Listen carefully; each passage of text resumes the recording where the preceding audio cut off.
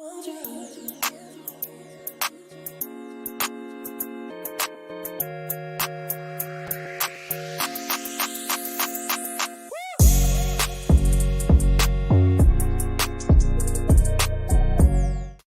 going on, people? Welcome to the Morning View. Good morning. Happy Tuesday. Lead up to a massive week continues, but also off the pitch, the news off it continues to grow as well, with so many updates coming in about the takeover here at Manchester United. You guys know what the usual drill is at the Morning View, whether you're on your way to work, whether you've got the kids at the school run, whether you're off work or you don't work, or you're just chilling, or you're under the weather and you're recovering, whatever it may be. Big up to you, and kick back and enjoy the show, man. That's what the Morning View is all about. Nice, bright and early, bushy-tailed. So smash a like on the video, subscribe to the channel if you are new. Let's get some early shout-outs, actually. Let's get involved with the community. Yes, you got Qatari says, yes, Flex and Owen. And appreciate you both, says Al. Or was that AI? I haven't got my glass on today.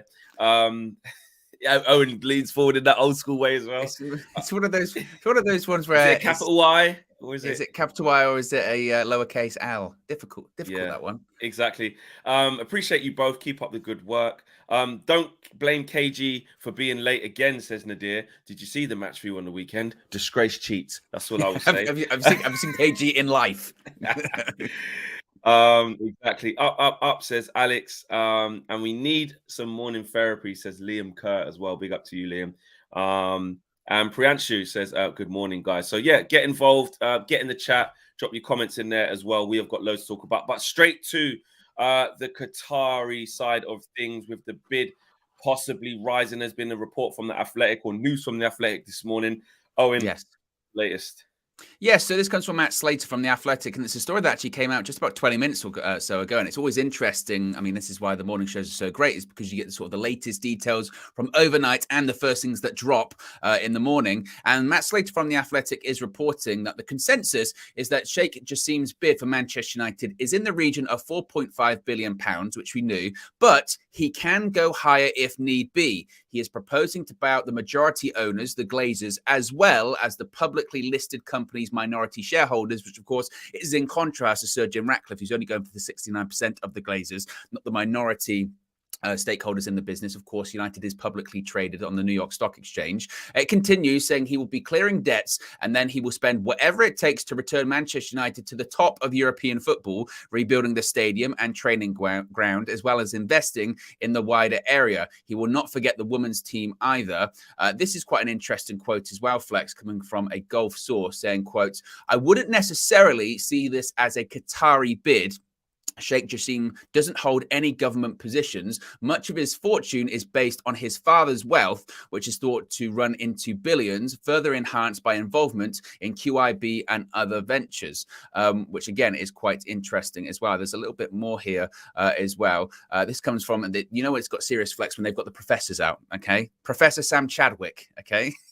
From The Athletic, has said there are approximately 3,000 members of the Qatari royal family, and only a small proportion of them are close to the emir and his inner circle, which means most family members have little power or influence over government policy. This is where Sheikh Jassim comes in. He is sufficiently far away enough from the centre of power, and therefore serves a purpose in terms of the distancing the Manchester United deal from PSG, who are owned by a state-backed fund called Qatar Sports Investments. An experienced source in Qatar has said, quote, "Sheikh Jassim is a bit of a non-entity. They needed a private individual who wouldn't be an issue for UEFA. He has earned, has he earned $5 billion in his career? Probably not. His father is the key figure in this. Who knows what the net worth really is?" But I guess the key aspect in that is sort of twofold there. So you've got two parts. The first part is saying that the bid could rise if indeed that's what they wanted to do, which would kind of lead into that Glazer discussion we were having yesterday, whereby, given the backing financially from Elliott, the Glazers are in the position now where they can ask for that real top end amount, sort of 5 billion, 6 billion. And by all accounts, according to The Athletic, the Qatari bid could rise to that. But also that it also sort of addresses the separation issue, doesn't it, when it comes to QIA and QSI and all that kind of stuff, and how to differentiate Man United from PSG? And the answer is, well, technically Sheikh Jassim's a private individual. However, you are still going to get those people that saying, wow, the money still all comes from the same place. So how is that separation? But certainly, I guess the key aspect in that is the bid could rise. Yeah, a lot to get into there. A lot to get into. I think me and you, we will, and you guys in the comments, we'll go through it all. I think the back end of what you were saying there about the differentiation between, Sheikh Jassim himself, is he a leader of Qatar? He's a bit of a non-entity because he's separate, so we can separate that out from the PSG situation. We'll talk about that. But yeah, the bid could rise. And look, that's not surprising to hear. We know, obviously, the Qataris' intentions at Man United and their willingness to acquire Man United. So hearing that they could put more money down, that's, we know that. I think I'm not surprised to hear that. It kind of does lead back to yesterday, because I think we were discussing, and a lot of people online were discussing, was this a tactic by the Glazers to drive the price up? And it's quite a coincidence that you get one bit of news from yesterday, which is that the Glazers could actually stay. They've now got the financial power to stay. They've been sponsored, if you wish, to stay. Then we will discuss: is it a ploy to excuse me, drive the price up? And then the next day you get Qatari could bid more. So it's following that timeline that could happen 100%. I agree with that, because we know that the Qatari situation with how much money they actually are worth and how much money they have, they can go higher. Money is not an issue. But if we look at the Glazers and what they're really about, would be exactly what they want to hear. This is exactly what they want to see happening. So I see that happening. I see, I think it was it 4.5 billion they bid.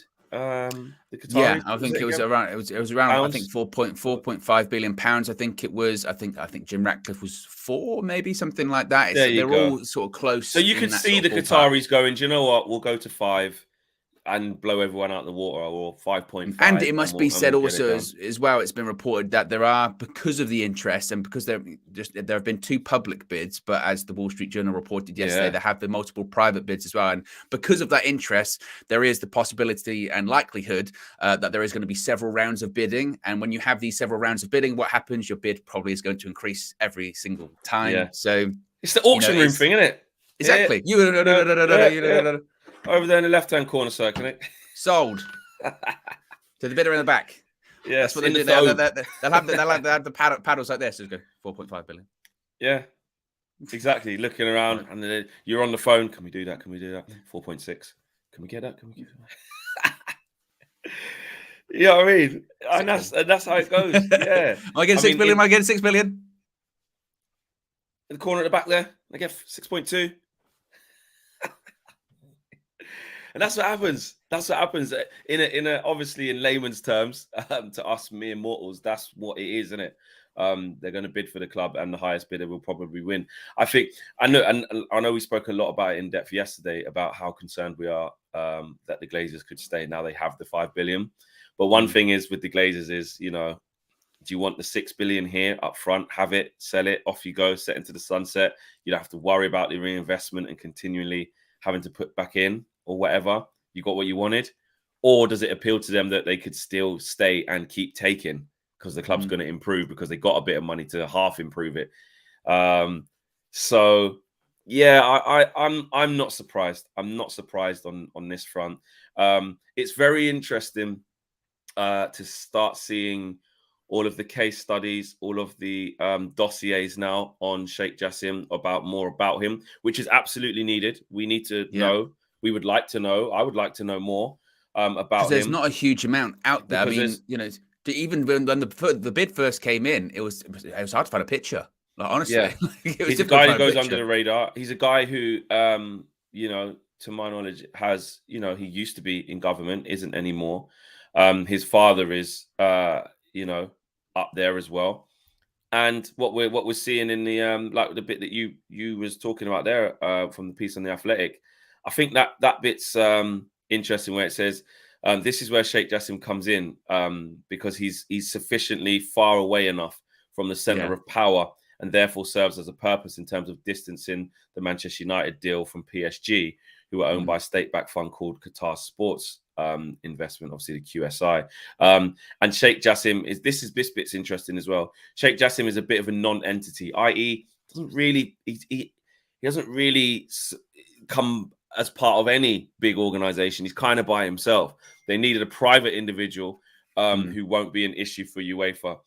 Has earned 5 billion. Has he earned 5 billion in career? Like you said, probably not. His father is the key figure in this. So look, this is just in the interest of fairness and discussing things equally on all parts, because the dossier is dossieing on Sheikh Jassim. The media really, really want to find out who he is and more about him. I want to see the same thing done for Sir Jim Ratcliffe. I want more on that. I want even more. I want even more on the hedge fund, Elliot. I want to know even more about them, where they come from, what's going on.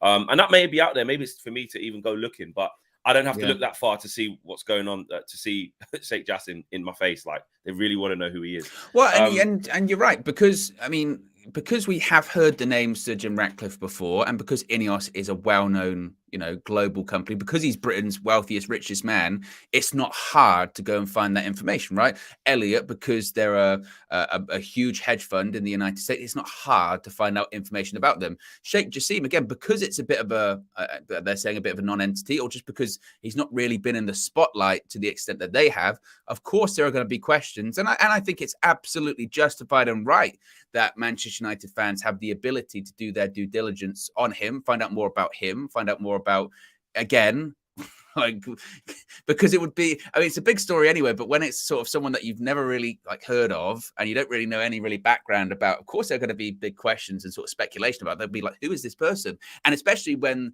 the insistence is that this is not linked to QSI, this is not linked to the QIA, this is not linked, all that kind of stuff. They'll go, okay, then who is he? Who are they? Who is this group of people?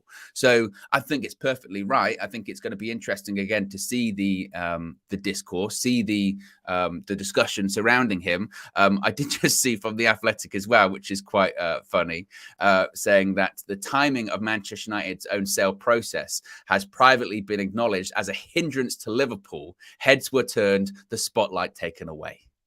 Now, of course, that comes after yesterday, where was it John Henry comes out and says, "Yeah, we're not for sale." Not for sale. And it's funny. And to be fair, that isn't the first time we've heard something about that either, because we had heard at the time in which the statement was released by the Glazers in November, December about the strategic alternatives. There was a theory, or at least a discussion point out there, that was, did they speed up this process of strategic alternatives because Liverpool did it, and they thought, those bidders might be off the table if they're going to buy Liverpool. Some people, we might miss out on some big bidders. And from the Qatari point of view, we might have. They were interested in Liverpool. They wanted a majority stake in Liverpool, and by all accounts, that didn't work out because, as John Henry said, FSG, we're not selling, we're looking for investors, and Qatar wanted a majority stake in a club, and now they're looking like they want to buy everything at Manchester United. They want to have a full transaction. Yeah, they do. I'm not on mute. They do. Just really quickly, apologies again for the ad situation. YouTube is YouTubing at the moment. It's something that struggling to get hold of. But by and large, we have found as a little solution, but sometimes it's a bit unavoidable in some streams. Yeah, so, sometimes sometimes we have a workaround, and then sometimes YouTube automatically jumps over that go around. So, for instance, last night you would have seen on the full view, we didn't have that, and we worked successfully with the workaround. This morning, YouTube fights back. And YouTube fights back. YouTube's 100%. Fighting back. Yeah, exactly. So apologies about that, peeps. We will continue to keep trying to, because I know it's hella annoying. You don't want to be watching live and getting an ad every so often. So apologies. Lil Yo-Yo says, today I feel Flektari. New bid incoming. Listen, I don't know if there's a new bid incoming. I have no idea. We will have to wait and see if there is a new bid coming. I don't know. So I'm not surprised. I think that my gut feeling is that the Glazers will still sell. It's still my gut feeling. I mean, I don't know whether that's more out of I really just don't want them to stay, so I'm choosing to just ignore that side of it. But I'm not. I just feel like they also have to weigh up, is this their best ever chance of selling this football club? It's one thing getting a bit of sponsorship and getting a little bit of investment. But will they have it in them? And I know I said they don't care about how people perceive them and stuff like that, but it is a genuine question. I think Mina spoke about it yesterday. Do they have it in them to the energy to go again in that whole melee? Because let's face it, if they do stay, it's gonna sap a lot of energy out of them. One that they may be able to ride, because they say, listen, we just stay here in California, let it all ride out. There's all a bit of a mess over there right now. Ten Hag's gonna Ten Hag. Team's gonna do better. Everything will calm down. They'll still protest against us every game and stuff, but essentially we can do it from afar, like we always have. We'll commit to, fixing up the stadium or doing whatever, which we'll get to in the second topic, etc., etc. That's the question. Can they stomach going, we can still keep getting money actually? Or, like I say, will they go with the side of, we've wanted to get out for a little bit, we've put it up for sale, wow, look at all the interest, let's just drive the price as high as possible and let's sell it to whoever offers the most money and we can all sail into the sunset. And that's the question. I just think they're leaning more towards selling it, and that's just my personal opinion. I don't have any this is the reason why. It's just my personal opinion. What do you think, Owen? Do you think this? How are you leaning now? Because it's interesting now, man. Well, before I get into that answer, I would just like to answer this from Cedric, one of our members, who says Qatar cannot buy 100% of the club. They can only buy 69% that the Glazers own, just like Ineos. That is not completely true. The Qatar can, when you're a publicly traded company, you can buy it out and turn it private in the same way that a great example is Twitter, right? That was a publicly traded company. It was on the New York Stock Exchange. Elon Musk bought out the entire company. You buy it for the amount of money per share. So you just to answer that one, because I've seen a lot of people saying, oh, why is Qatari not doing the same thing, or this Qatari bid not doing the same thing Sir Jim's doing? What Sir Jim would do and Ineos would do, from my understanding, again, not a finance expert, but they're just looking to buy the majority shares. And that would imply to me that the company would remain a public entity on the New York Stock Exchange, whereby the Qatari bid would have a price for certainly the Glazers shares. And then I believe how it works when it comes to a public buyout is it's like an amount of money per share and the rest is bought out and then it would be taken private. To answer your question as to do you think the Glazers will still sell? I think so. I do think so. I think certainly, to your point, there is a feeling of being a bit twitchy because they have the option. Now they have the option that, how's your neck this morning? Oh, don't. It's getting better. It's getting better, but I still, yeah. I'll tell you what, guys. I was on the phone to Flex this morning. We were having a chat, just trying to prep for the show, getting things together. And he went, so yeah, I was thinking about, and he went, and I went, you're right. He was like, He went, I know, I think I've just got out of bed and I can't move. I went, do I need to call someone? He was like, no, it'll be fine. It'll be fine. And then he went, so anyway, what I was saying was, don't make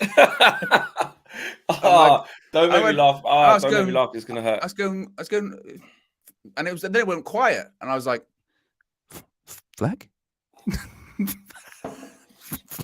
Owen, don't make me laugh, man. Don't make me laugh because it's going to hurt more. It's going to hurt more, man. I'm not sure what happened, but I think it's hurting, man. Nerve. I've taken some Neuramol, actually. Ibuprofen and paracetamol in one. Oh, strong. Yeah. Get right to the root cause, mate. Yeah. Certain. And it does it because it feels like an electric shock. You feel it all the way down your arms into your fingers, trapped nerve. It's not nice. Awful. It's not nice at all. But to go back to what I was saying is I do think they'll sell.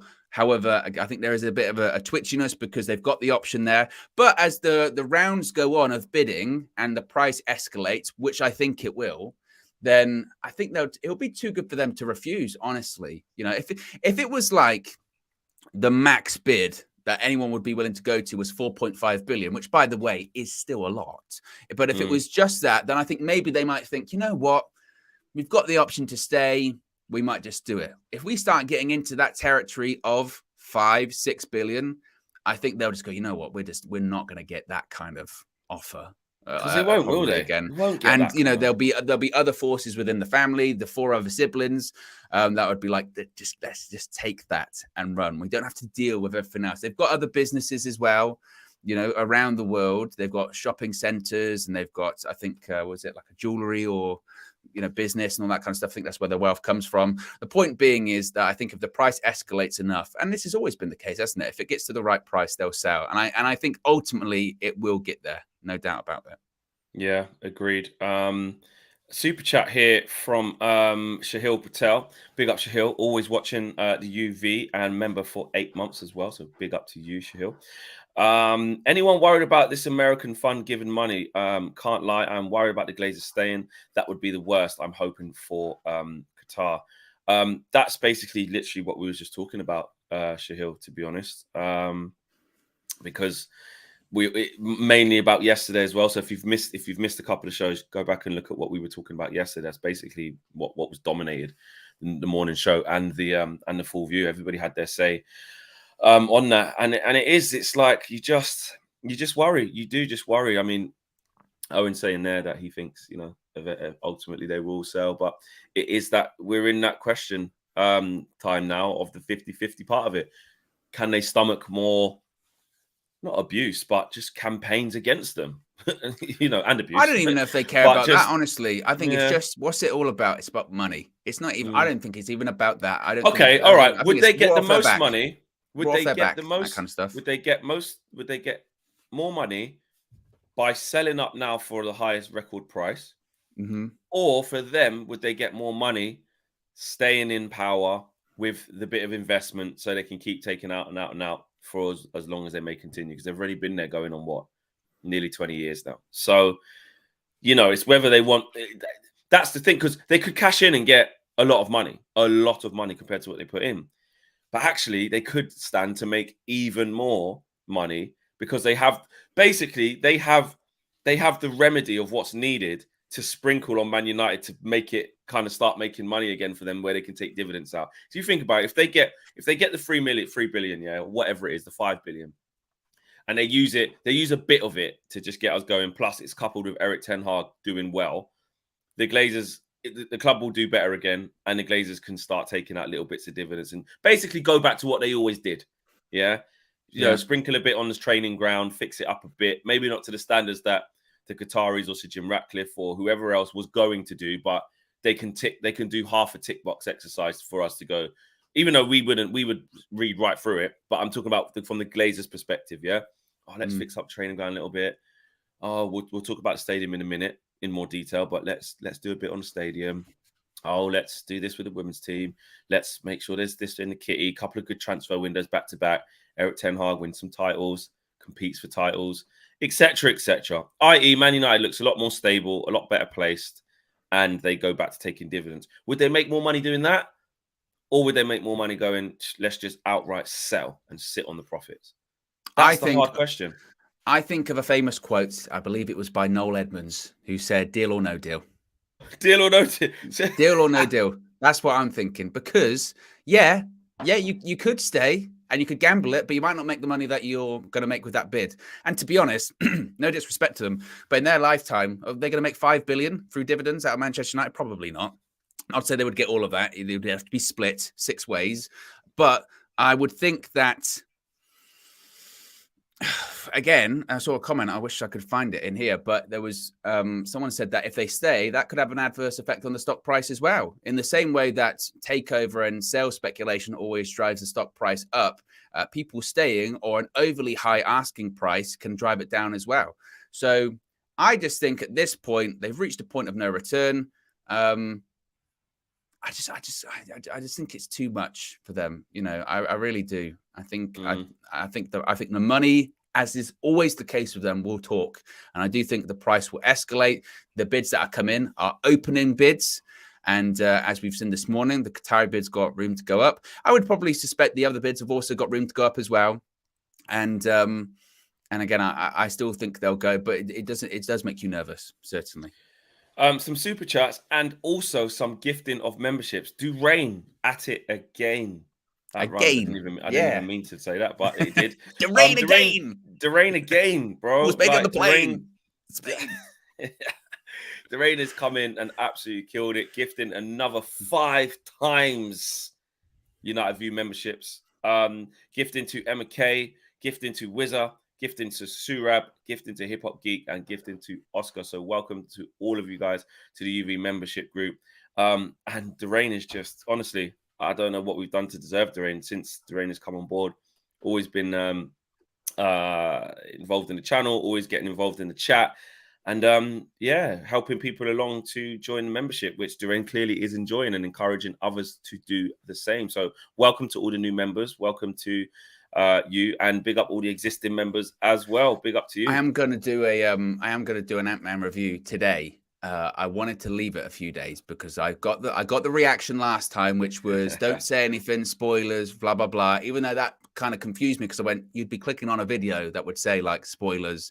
And I would give you time in the video to get past the spoilers and all that kind of stuff. Nevertheless, I'm doing it today, so you've had enough time to go watch it, and I'm going to give you my thoughts for the members. Love that. There you go. So that's what's coming up on the members as well. And we've got plenty of Josh is putting together a lot of UV Raws. I spoke to him last night about it. They are coming soon. I'm taking over. Yes, we've got a lot coming, honestly. It's funny because the UV Raws, obviously, they don't always go, as soon as the game's finished, etc. But you kind of get that backlog where you can look back, and actually it makes it more fun because the games come so thick and fast. We're just always on the next game. It's nice to just sit back a little bit and go, oh yeah, the day that we beat, I don't know, Man City at home, this is what happened that day. Or I've still got the ones from Marcel in hospitality in the box. His first time ever in the box. Hilarious stuff. So yeah, make sure you guys check that out. DN Vlogs says Glazers always just wanted the most money. Absolutely true. Gemini says they won't sell. They want lifetime dividends. And that's the thing that worries me there, Owen. I know, we're both kind of leaning more towards the sale, but that's the one that just keeps coming in from my left side, which is what? Sell now, and then you can never make a penny out of Manchester United again because you speak now or forever hold your peace sort of thing. You're done. Or lifetime dividends. Or not lifetime, but keep what I mean? It's one of those questions that, when you have them with your friends and they go, what would you rather have? And they take they take about £1 million twice a year. So you go, would you rather have 2 million for the rest of your life or 5 billion up front? Actually, to be fair, because if it's split 5 ways or 6 ways, let's say you'd have about £1 billion, right? Would you rather have 1 million, 2 million every year for the rest of your life, or would you rather have £1 billion up front? I know what I'd have. Yeah, $1 billion up front. $1 billion every day. I'd have been up front because the 2 million is subject to things happening. Then sometimes you can't take the 2 million out. As well, if you live to 100, you're going to get 200 million, and they're well on their way, right? So they're not even going to get anyone that, and you get given $1 billion. You're kidding me? Right now, 100%. Yeah. And they think about they're going to sell. I like that. You've brought me back round. VK says, let's not forget the Glazers are proper. They want to, what they want to do is make money. And that's what they want to do. And they've been doing that. Witterbird says, gifted 5 WC. Big up, Vicky. Big up, Vicky. She's straight in there. 5 United View memberships as well. So big up to you.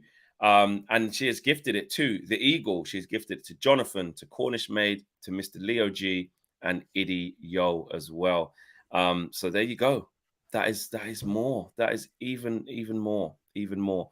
And Smiles says, get those likes to 500 plus. Yeah, we're at nearly 1,400 people watching. We've got just under 200. Just under 200. That is a disgrace sheet, guys. The community's been communitying this morning. Witterbird's been insane. Durain's been insane. The members have been insane. You guys in the chat have been insane and getting involved. But not even 500 likes. Guys, come on. Come on. We could do that.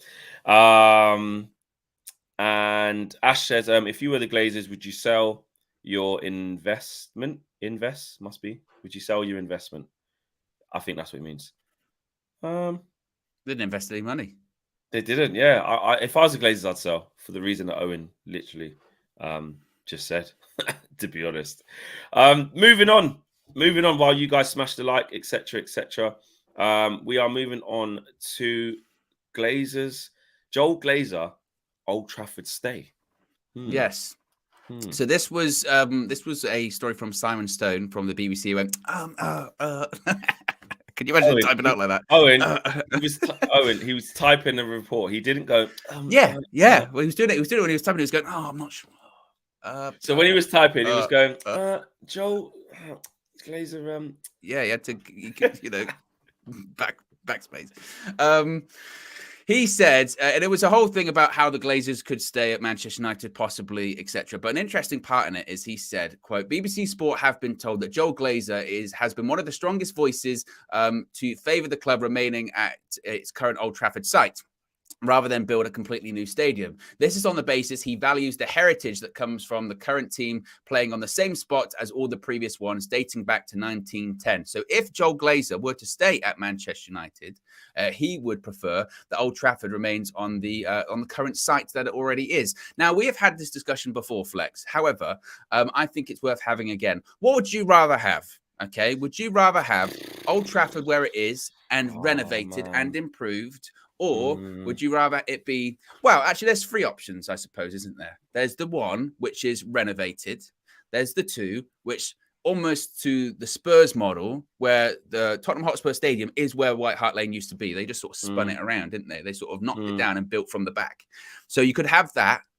I don't know how you do that in the location where it is because of all of the stuff around it, surrounding it, or knock it down and build somewhere else.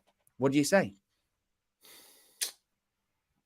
Do you know what? Do you know what my real honest answer is? I've never really spent too much time thinking what I would really want, I just want the club to move in a forward direction. Sorry, 1 second. I kind of want a new stadium. I kind of want to reset from the whole thing and go, you know what? How good would that be? Like, You're just saying move. I want it on the same spot. It can't really happen, can it? You're saying the Spurs model. Because what sort of I need to see the plans. I need to see what it would look like if it was redeveloped. Construction fleck. Yeah, I would need to turn swap that manager. hat for a construction hat. Yeah, I need a little hard hat. Yeah, exactly. Because I'm being honest. I would like to see. I haven't made my mind up yet. I want to see what it looks like with it redeveloped. How new can you make it? How modern can you make it? How much capacity can you increase it? Versus what's the limitations with doing that? How far can you go? What's the limit? With location versus what's the endless possibilities if you just start from scratch, I understand that obviously it's the theater of dreams and all of the stuff that's gone before it, and has gone on in that stadium. You can make new history. I don't mind that, and you get kind of more history if it's on the same spot. You get that same feeling, but I lean more to a renovation. But if I was to see the plans and like logistically of how that would work, and I got fed the real information from the architect of like, well, you wouldn't be able to do this. You can't do that. You can't do this. But we could do this. And if I looked at it and went, I think we need more than that, then I potentially would want a whole new one. But as long as it is for the betterment of the club, I'm not that strong yet. How about you? I've said this before. I'm not opposed to knocking it down. I do think sometimes that, yes, obviously you have to respect history, and yes, it has to be acknowledged. But at the same time, things evolve, things change, people move, things get upgraded. Now, to your point, I like the idea of the Spurs approach, i.e., knock it down but build on the same spot, and you still have the spirit of Old Trafford there.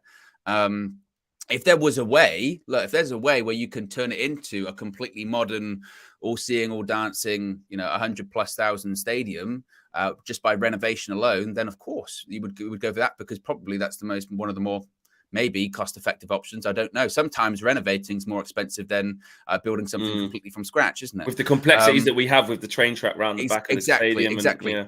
However, I did see something when it came to the Qatari bid. I don't know as much with the Jim Ratcliffe one, where they were sort of saying that they were considering, looking into sort of buying out a lot of that land surrounding Old Trafford and maybe doing something with it. So that might be a possibility.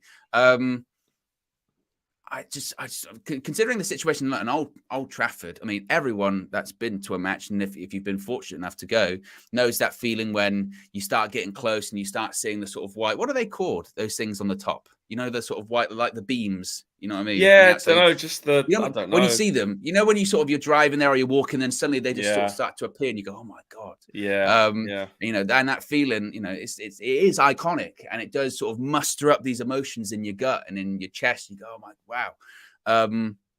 But at the same time, as I mentioned, a lot of other clubs around the country and the world are evolving their stadiums and building them up.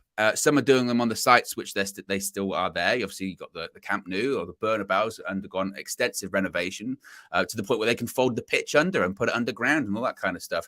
Or you've got people like Atletico who they just completely moved, didn't they? They just completely moved out, almost out of the city to get to theirs. I think for United, again, I like the idea of doing the Spurs approach, but I just don't know. I don't know how feasible that is. I don't know if it's a case of either it gets knocked down. I don't even know, can it get knocked down and then be built up in that area to what they want it to be? I'm not sure. It does feel something a little bit wrong about completely moving away from the site, doesn't there? You know, I mean, if it was, Yeah, that's what I mean. If like they were going to if it make a was new like one, I'd want it to be like, you know, just across the way where there's a bit more parallel space, or to just it kind or of, something, yeah, maybe, yeah. just actually still But there's there. something about feeling that, I mean, I know it's not the pitch, but you know what I mean? Of being like, this is the pitch, well, this is the same area where all of this stuff happened in the past, you know, that would be great, wouldn't it? But I don't know. Yeah. To answer your question, I don't know. Just really quickly, because I've, you know, we love our United View community, and I think it's really important to address things as and when they happen. I know VK made a super chat earlier on with some kind of terminology that, you know, and some words that could have actually been really offensive. I skipped over a certain part of it because I thought that was the right thing to do. So if anybody has been offended in that with VK, especially yourself, VK, just be careful of the words that you use and how you use them. Not going to throw accusations about, but this is a place where everyone can come and feel part of talking about Manchester United, have banter, have jokes, have fun, and that's what we do. But I will also do my job and to be responsible with the platform and to make everybody accountable for what they say and putting things right. So I've seen a couple of things in the community there. It's been noted, and VK, just be careful what you type, how you type things. We're all from various different parts of the world. We all speak in different ways. We all communicate in different ways. And the one thing that brings us together that we all understand is Man United. But sometimes in chats, we can be quick. We can be quick with our fingers. We want to get involved and get excited. So if anyone's been offended, we've got you. We've got your back. You're all good. And for yourself, VK, just be careful with, you know, the types of things that you're talking about, etc., etc. So yeah, I had to do that. I couldn't just leave that. So big up to everyone in the chat as well, and just remember what I've just said there as well. There you go. So to go back to what we were talking about, I just feel like, yeah, it's all that emotion, isn't it? You don't want to not be, you know, in the moment of thinking about the history. I could be really cynical, right? I could be really cynical with this. And the reason I could be cynical is for this very reason, is because whenever there is any change in football, what is there? There is outrage. Whether it's whether it's a crest on the shirt or whether it's a stadium. And then eventually over time, people sort of go, oh, I like it here, or I like the badge, or whatever it may be. And you do see that. Look at even the United badge, how much that's changed and evolved over the years. I mean, I'm sure when everyone moves stadium, you know, they go, oh, well, I don't know about the history. And now they're like, actually, I really like this new stadium because it's a modern forward. Ajax says Erik ten Hag. Big up Ajax, our brother, our friend of the channel. I've been watching. Have you? I went back and watched the videos of when UKG and Marcel were in Amsterdam. And I tell you what, they look almost prophetic at this point. I mean, they literally look like, you know, looking into the future. These guys that we talked, Ajax guys, they can see into the future. They told us, and some people didn't want to listen. Fleck, they didn't want to listen to some of it. They're going, it's going to take time. Back the manager. The first 6 months, hit and a miss. The next 9 months, get ready. Protect this man. I remember seeing KG. It's quicker than that. It's quicker. Yeah. Yeah, as people say, in Ajax, what a legend, says Just Kevon. He is a legend. He says Ajax done it a few decades ago. They moved from Demir, a total new location, to Johan Cruyff Arena. That worked out pretty well.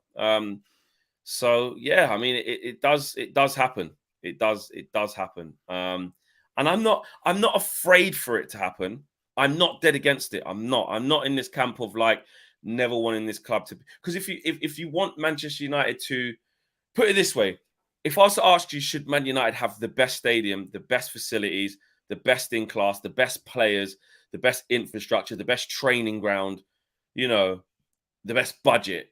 As Man United fans, I'm pretty sure we would all say yes. And I know that comes at different costs, or you may say yes, but not at the cost of trading our history where so much has happened at Old Trafford. I get that. But imagine that. So it's for, oh, sorry, go on. Owen. I want to keep OT forever, but yeah, I'm the nostalgic sort, like Steffi Jenks said. Exactly. Ramos said, imagine they built a new thing called it Sir Alex Ferguson Arena. Would he want that though? I feel like he would want it to be Old Trafford. He would want it to remain Old Trafford. You know what I mean? Yeah. Because then what about Sir Matt Busby? The Matt Busby Arena. Like you're deciphering between two. Yeah. What about if they name it after both? But yeah, you'd still want to call it Old Trafford, wouldn't you? But yeah, I'm just not afraid for us to kind of flex our muscles, excuse the pun, and say, you know what? We're serious about being the biggest club in the world again.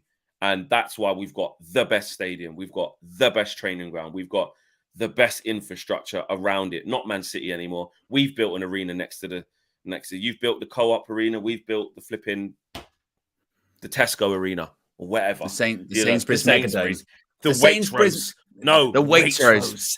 I'll tell you what, the Ocado Mega Centre is where we're going. The Ocado arena or whatever. We've done that. So yeah, I'm not against it, but I need to see the plans. I need to see how that would happen. And it's interesting that Joel Glazer wants it to stay there as well, because he also wants to stay at Man United as well. Smash the like on the video, guys. Subscribe to the channel if you are new. Good show this morning. Good tempo, good pace, good comments with everyone getting involved. We are at over 1,600 people watching, and we're not even at 400 likes. Disgrace cheats. I will say that. Come on, guys. On this week of all weeks, it's a big week. Exactly. It's a big week. It's a massive, massive, massive week. And we turn our attention to new deals. Let's fly through these. Well, not fly through, but you know what I mean. Shaw and Garnacho, new deals. We spoke about that crop of 5 players that were going to get extensions or new deals. And Shaw was kind of in that, but there's been a little bit more on that. And also more on Garnacho as well. Yes, so yesterday this came out from ESPN saying that Alejandro Garnacho has reached an agreement in principle to sign a new 5-year contract to Manchester United, pending final details related to image rights. Both Garnacho and Manchester United are keen for his new contract to be finalised, and an official announcement could follow in the coming weeks. There was also reports out there talking about how it would his salary would increase over time as his progression into the first team continues. It's also been reported this morning that Luke Shaw is reportedly close to agreeing a new contract at Manchester United. It's been claimed that renewal talks are now progressing well, with all parties confident of securing a new agreement. The report cites that Erik ten Hag's key role in the player's rejuvenation and how he has responded well to the summer signing of Terrell Malacia. So Garnacho and Shaw moving closer and closer to signing new deals. I did see some people, and I think it's fair to say with the Garnacho report, of saying, well, that's kind of what we knew a few weeks ago. That's still the same, that this one had been agreed in principle pending the image rights things, but certainly there's all confidence that will get done. Same with Luke Shaw as well. I saw a picture, I don't know if you saw it, of Luke Shaw's leg the other day. Have you seen that picture? No, what happened? Well, you got caught. No. So it was a picture of him, and it was like a really sort of heartwarming post, but it was basically saying his leg, if you do a sort of close up to, I think it's his left leg, towards the bottom where he broke his leg and all of the surgery he had in it, it's kind of like it's you look at it, you go, oh god. Is it like bowed or something? Because it's quite. It's like you can sort of see there's a big scar, obviously, and they're sort of like almost, I guess, bumps of when there are like pins and stuff. Oh, really? There. Remember, towards the end of last season, he had to have a screw taken out of it. Yes, taken out. Yeah.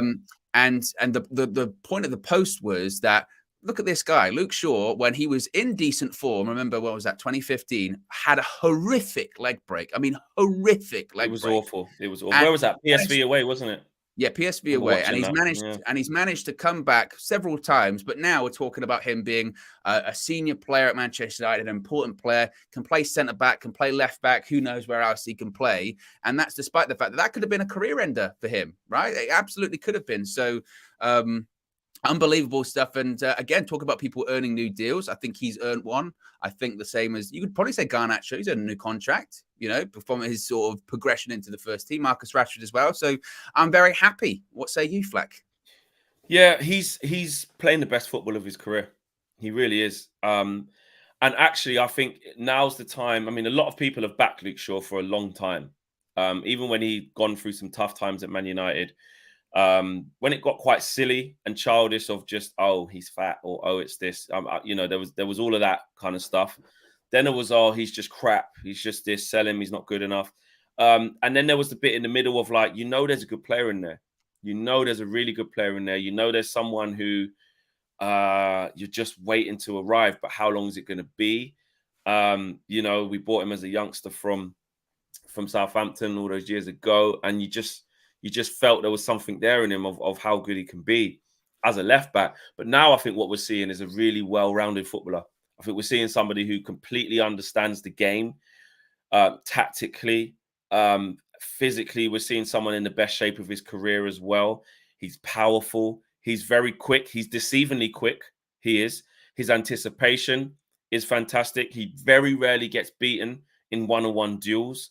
For his height, which he looks deceivingly small, but he's not actually that small. I've been up close with Luke Shaw many a times. He's like same height as me, maybe just a little bit less. And I'm 6 foot. So he's probably 5'10", 5'11". If that, maybe something like that. You must be taller than 6 foot. Maybe 6'1" max, but no, not really. Yeah. I'm not that tall. I think I did this before one time and I was like, I thought I was way taller than that, but I think I'm at 6 foot, 6'1". But anyway, he ain't small. He ain't small. Like he looks like he's like really small, and he's not. And he's strong in the air. And there's many times I've seen him where he looks like he's not going to win that, but he times his jumps really well. And again, he's very, very physical, and he's adaptable. Ask him to play centre back, not a problem. He's got a great technique. He can ping across. He's got a great touch as well. Who was you saying he's got the best touch? Who said? Someone said me. That to me. He's got the best touch. He's got the best touch in our team. Easy, no doubt. Fling a ball up in the air. His touch is the best. It will. It will. Juan Mata used to have that title. Juan Mata's touch was sublime. Luke Shaw. He's the new. He's got. He's new king of that. His first touch. I like that. Who's got a better first touch? Name it in the chat. Who's got a better first touch than Luke Shaw? Marcus Rashford's got a really good first touch. Not as good as Luke Shaw's. Martinez, decent, but it's not as good as Luke Shaw's. Maybe Eriksen. I'll give him that. Eriksen, yeah. I tell you what, Eriksen, give him his run for his money. Jadon Sancho's got a good touch. Very good touch. Good touch. I wouldn't say it's as good as Luke Shaw's. Martial? No. I forget that he's not ever fit. Just his no, touch. I know. I just don't think he's got as good a first touch as Luke Shaw. Not Casemiro. Bruno, it's decent. Next time I'm around these guys, I want to see if I can do a first touch challenge with them. Yeah, that'd be good.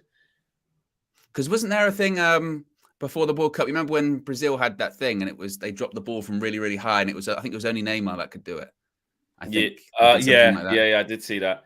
Mina says Garnacho has a mad first touch. Anthony ? He's got a decent touch. That's a good shout, Vicky. Yeah. Ajax is saying Eriksen. Ajax is saying Eriksen. It probably is Eriksen on it all. It probably is in terms of it being fizzed in, sort of, chest height. Can you deal with it? Awkward. It probably is just Eriksen. But I think because Luke Shaw's just in any situation and it's defending, plucking the ball down, he's good. The Rolls Royce that goes to Rafe the Phantom, not the most technically gifted. Yeah, he's not far off. People are saying there's a lot of Maguires in there, Freds, Casemiro's, Dallo, Wan-Bissaka. I tell you what, he's not as low down recently as he used to be. Recently, Jadon Sancho's got to be up there. Jadon Sancho. He is up there. He's up there. He is up there. So what we said, the top three are Eriksen, Shaw, Sancho. Here's one for you. Somebody said to me, I'll put a poll in the chat. Was it Emma? The girl that we interviewed the other day. She was really good with her friend from America. Really enjoyed interviewing them. And you guys did as well. I thought they did a really good fan view. She said, or I don't know if it was her or somebody else, that Luke Shaw is the best fullback, left back in Europe right now. We keep talking about Marcus Rashford being the best player in Europe on form right now? Is Luke Shaw the best left back in Europe right now? Look, I don't profess to know, watch all because I don't watch everything. I Yeah. don't watch Bundesliga like that. I don't watch the Spanish league inside out. What is it? Mendy at Real Madrid.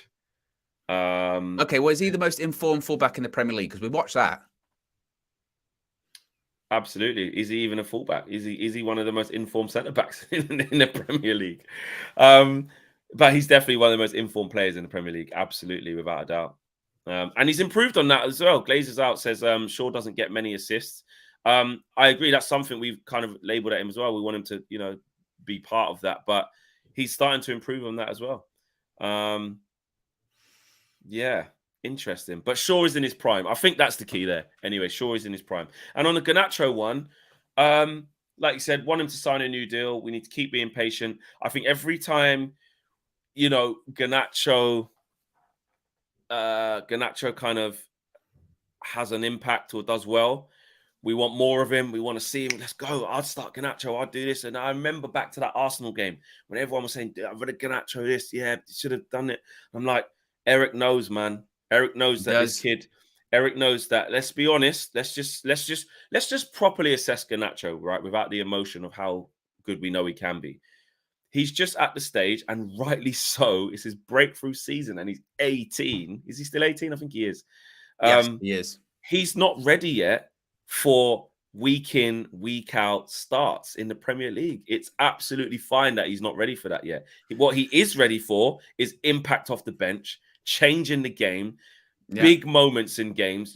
This is a kid that come off the bench, changed the game against City, helped us win. This is a kid that come off the bench against Leeds, helped us win the game, see out the game. This is a kid that come off the bench at Fulham just before the World Cup, before we went off, tight, 1-1, Ronaldo-esque, in from the left, in from the scoring into the far corner, won us the game at Fulham. So you can see what this kid's on. You can see. And games, this is what I was saying the other day about Sancho at the weekend.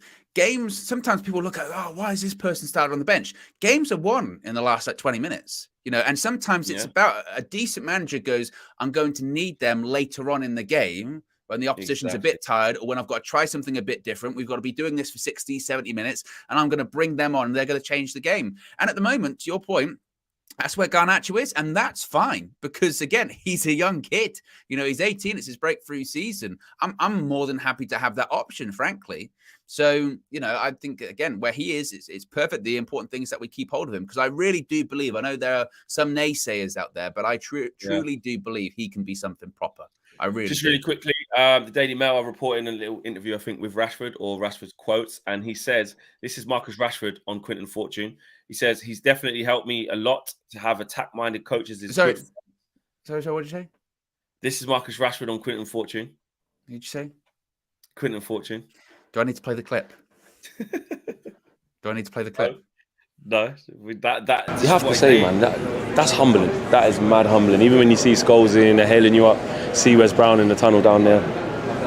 Owen Hargreaves, I was just saying hello to him, but to know that he sees what we do here on United View and to big us up on asking good questions, man, that's humbling. Quinton, well done, man. He's the man why Rashi's sick. Yes, Luke. Bro, you're smashing it centre half. You tried not to give it away. You knew you were starting as well. You knew.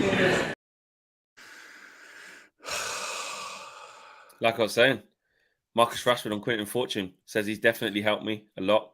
To have attack-minded coaches is good for us. He's always there speaking to us about these things. Daily Mail, check it out. Since we're talking about Benny McCarthy, Benny. Yeah. I hope you bump into him. I really do. I will. No, I will. At the next, when am I going to be there? Probably Thursday or actually at the training ground I'm going there on Wednesday. Just to let you know, I did say, sorry. Let me get that message. But I did say sorry. And I sent the clip to someone. And they said, they're sure he won't be offended. He's fine. And when I see him, he probably don't even remember. He probably don't even remember. He was thinking about the drills he's going to be doing in training, 100%. That kind of stuff. And it was really funny because what he did do is, because I've seen him before. I saw him at the training ground the last time I was there with Dallo, And I no, remember you he saying, waved in the background or he yeah. did I something remember. silly. So he was being silly then. So he does know who I am, I think. But then he's probably really surprised to just hear himself be referred to as Quinton. That's probably what done him, because he took a while to say hello. And I do remember thinking, I expected a bit of a better reaction from Benny. I had no idea I said that, because he still even turned Well, back it was and only kind when of we half were on the smiled. show, wasn't it? We were on the show and he No went, one like, knew. I "Why?" know. Speaking of which, just briefly, Jane Sancho, according to the Daily Mail, has asked to do one-on-one sessions with Benny McCarthy after spending time away from the club.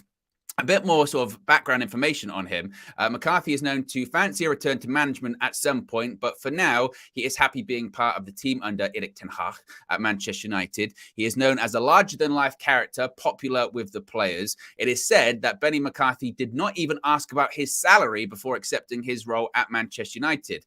McCarthy was asked to take a few sessions with the United under-23s at Carrington, which were observed by ten Hag and his coaches before he was offered a full-time position while the club were on tour last summer. So again, didn't even ask about the salary. Didn't even say, I don't care. Don't care I'll about take it.